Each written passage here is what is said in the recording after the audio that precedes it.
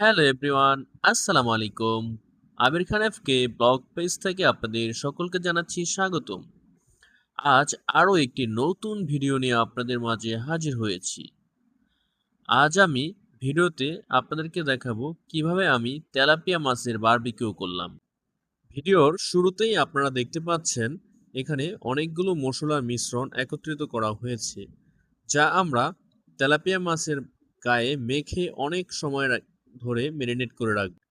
এরপর আগুন জ্বালিয়ে কয়লা করে নিলাম।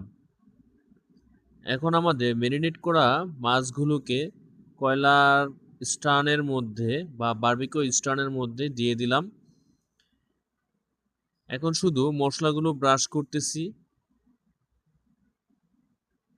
সরিষার তেল আর মশলার মিশ্রণ করে ব্রাশ করছি একটু পর পর, আর বাতাস দিচ্ছি।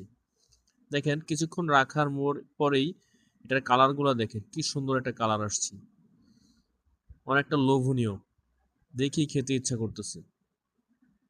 কি করার, অপেক্ষা তো করতেই হবে। এত তাড়াতাড়ি খেলে তো চলবে না, পরিপূর্ণ হতে হবে, তারপর খেতে হবে।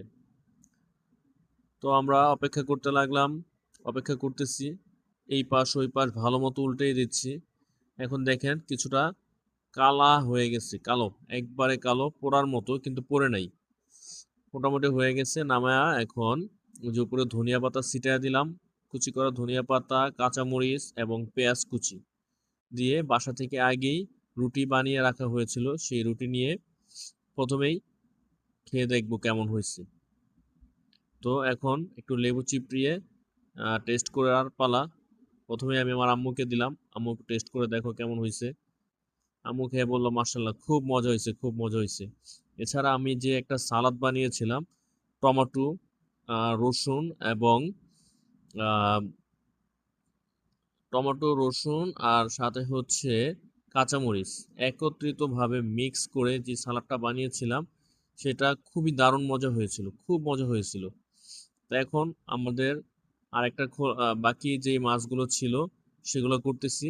আর ওই বাকি দুইটা তো ওখানে খাচ্ছে। তো এটাও হয়ে যাচ্ছে প্রায়, অপেক্ষা করতেছি, ব্রাশ করতেছি ভালো মতো, দেখা যাক আর কত সময় লাগে। ফাইনালি হয়ে গেছে। এখন আমি একটা মাছ নামিয়ে নিলাম, দেখি খেয়ে কেমন লাগে। হুম, খুব মজা হয়েছে, দারুণ মজা, খুব মজা। আপনারা এভাবে বানিয়ে বানিয়ে খাবেন। তো কেমন লাগলো আজ